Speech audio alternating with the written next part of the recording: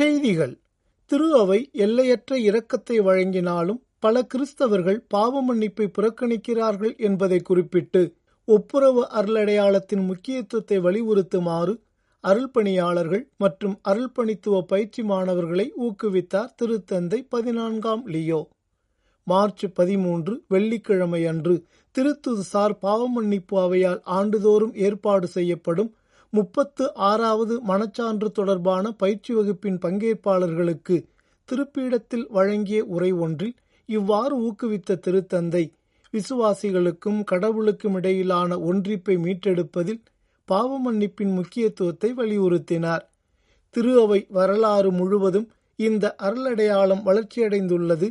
ஆனால் பலர் அதை போதுமான அளவு பயன்படுத்துவதில்லை என்று எடுத்துக்காட்டிய திருத்தந்தை, சிலர் பாவ மன்னிப்புக்கு செல்வதற்கு பதிலாக கடுமையான பாவத்தில் கூட இருக்கிறார்கள் என்று குறிப்பிட்டார். 4வது லாத்தரன் திருச்சங்கத்தால் நிறுவப்பட்ட திரு அவை விதியை நினைவுகூர்ந்த திருத்தந்தை, இது கத்தோலிக்கர்கள் ஆண்டிற்கு ஒரு முறையாவது தங்களின் பெரும் பாவங்களை குறித்து பாவ அறிக்கை செய்ய வேண்டும் என்று கட்டாயப்படுத்துகிறது என்று சுட்டிக்காட்டினார். பாவ மன்னிப்பை ஒன்றிப்பின் ஆய்வகம் என்று விவரித்த திருத்தந்தை, இது கடவுளுடனான ஆன்மீக ஒன்றிப்பை மீட்டெடுக்கிறது என்றும் திரு அவையுடனான பிணைப்பை வலுப்படுத்துவதுடன் குடும்பங்களிலும் சமூகத்திலும் அமைதிக்கு பங்களிக்கிறது என்றும் விளக்கினார். இறுதியாக அருள்பணியாளர்கள் தொடர்ந்து பாவ அறிக்கை கேட்பதில் தங்களை ஈடுபடுத்திக் கொள்ள வேண்டும் என்று ஊக்குவித்தார் திருத்தந்தை. எளிய நிலையிலுள்ள சமூகங்களுக்கு உதவுவதற்கும் இத்தாலிய சமூகத்தில் கத்தோலிக்கர்களின் தீவிர ஈடுபாட்டை ஊக்குவிப்பதற்கும் மேற்கொள்ளப்படும் முயற்சிகளுக்கு ஆதரவளித்ததற்காக கத்தோலிக்க நலவாழ்வு நிறுவனம் மற்றும் கத்தோலிக்க காப்பீட்டுச் சங்கம் ஆகியவற்றை பாராட்டி மகிழ்ந்தார் திருத்தந்தை 14ஆம் லியோ.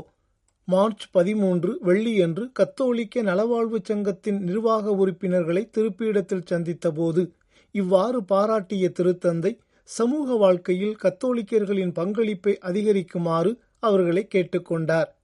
1896ஆம் ஆண்டு வெரோனாவில் அருள்பணியாளர்கள் மற்றும் பொதுநிலையினரால் தொடங்கப்பட்ட கத்தோலிக்க நலவாழ்வு சங்கத்தின் சேவையை எடுத்துக்காட்டிய திருத்தந்தை, இந்த முயற்சிகள் 2 உலகப் போர்கள் உள்ளிட்ட கடினமான காலங்களை சமூகங்கள் தாங்கி நிற்பதற்கு உதவியதாக கூறினார்.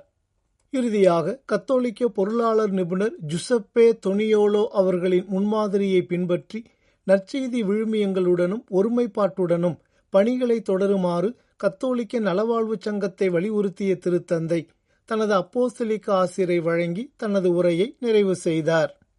அமெரிக்காவையும் உலகெங்கிலும் உள்ள கத்தோலிக்க தொண்டு நிறுவனங்களையும் ஒன்றிணைக்கும் கத்தோலிக்க நடவடிக்கைகளில் ஆர்வமுள்ள நிறுவனங்கள் மற்றும் நன்கொடையாளர்கள் என்ற அமைப்பின் 50 ஆண்டுகால தன்னலமற்ற சேவையை பாராட்டி தனது வாழ்த்துக்களை தெரிவித்துள்ளார் திருத்தந்தை 14ஆம் லியோ. இவ்வமைப்பின் 50ஆம் ஆண்டு பொன்விழா கொண்டாட்டங்களின் நிறைவு விழாவை ஒட்டி மார்ச் 13 வெள்ளிக்கிழமை அன்று அந்த அமைப்பின் தலைவர் மற்றும் தலைமைச் செயலதிகாரி அலெக்சியோ கெல்லி ஆகியோருக்கு அனுப்பியுள்ள வாழ்த்துச் செய்தி ஒன்றில் இவ்வாறு கூறியுள்ளார் திருத்தந்தை. மேலும் இச்செய்தியில் ரோமை தலைமைச் செயலகத்திற்கு அந்த அமைப்பு அளித்து வரும் உதவிகளுக்காகவும் சமூக நீதி, கத்தோலிக்க கல்வி, மனித மாண்பு மற்றும் நலிந்தோர் மீதான அக்கறை ஆகியவற்றை ஊக்குவிக்கும் திட்டங்களில் அவர்கள் கொண்டுள்ள அர்ப்பணிப்பிற்காகவும் தனது நன்றியை தெரிவித்துக் கொண்டுள்ளார் திருத்தந்தை.